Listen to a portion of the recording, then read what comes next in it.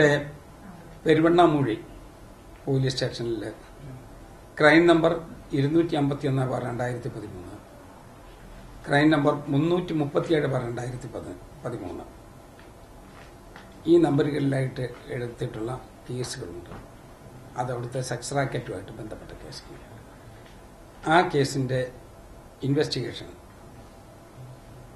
Doctor B സന്ധ്യയുടെ നേതൃത്വത്തിലുള്ള women investigation ടീമിന് കൊടുക്കാൻ ഞാൻ ഉത്തരവിട്ടു.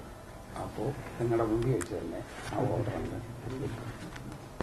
അത് അതിന്റെ ഇൻവെസ്റ്റിഗേഷൻ പോകട്ടെ. അത് ആ സെക്സ് റാക്കറ്റിന്റെ എല്ലാ ബന്ധപ്പെട്ട ആളുകളിലും പുറത്തു കൊണ്ടുവരണം. ആ കേസിന്റെ ഇൻവെസ്റ്റിഗേഷൻ 100% തൃപ്തികരമായി മുന്നോട്ട് പോവുകയും ചെയ്യണം. അതുകൊണ്ട് ഈ ഇൻവെസ്റ്റിഗേഷൻ ടീമുമായിട്ട് എല്ലാ ആളുകളും ഒരുമിച്ച് സഹകരിക്കണം എന്ന് അപേക്ഷിക്കുകയും ചെയ്യും.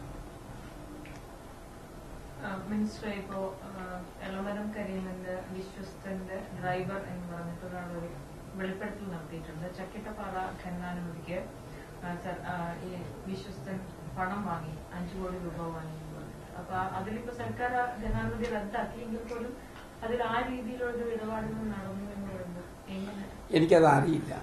ഞാൻ യഥാർത്ഥത്തിൽ മറ്റു ചില കാര്യങ്ങളുമായിട്ട് ബന്ധപ്പെട്ട് ഇങ്ങനെ ഇരുന്നത് കൊണ്ടും മറ്റ് ഡീറ്റെയിൽസ് എനിക്ക് മനസ്സിലായിട്ടില്ല. അതിന്റെ ഡീറ്റെയിൽസ് അറിയാതെ ഞാനൊരു പ്രിമച്വർ സ്റ്റേജിൽ പ്രതികരിക്കുന്നത് ശരിയല്ല. അതിന്റെ ഡീറ്റെയിൽസ് അറിയട്ടെ, അറിഞ്ഞതിന് ശേഷം പ്രതികരിക്കാം. മിസ്റ്റർ, അതുപോലെ ലീഗിന്റെ ഭാഗത്തുനിന്നൊരു പ്രതികരണം ഉണ്ടായിരുന്നു. ഈ പോവുകയാണെങ്കിൽ വലിയ കൂട്ടത്തോൽവി തെരഞ്ഞെടുപ്പിൽ UDF നേരിടേണ്ടി വരും. പിന്നീട് അത് കെ മുരളീധരൻ അതിനെ ഒരു പിന്താങ്ങിക്കൊണ്ട് പ്രസ്താവന നടത്തി അത് തള്ളിക്കളയാൻ കഴിയില്ല. എത്തരത്തിലൊരു സാഹചര്യം ഉണ്ടോ കേരളത്തിൽ? ഏത് പോക്കിനെ കുറിച്ചാണ് ഉദ്ദേശിച്ചത്? ഇപ്പോഴത്തെ UDF നന്നാക്കേണ്ട ആളുകൾ ഇവരെല്ലാം കൂടെ ചേരുന്നവരല്ലേ. ഇവരാരും ഒരു ചെറിയ നേതാക്കന്മാരല്ലല്ലോ. ഇവരെല്ലാം UDF നിയന്ത്രിക്കാൻ ശക്തിയുള്ള ആളുകളാണ്. അപ്പോൾ അവരെല്ലാം കൂടെ മെച്ചപ്പെട്ട്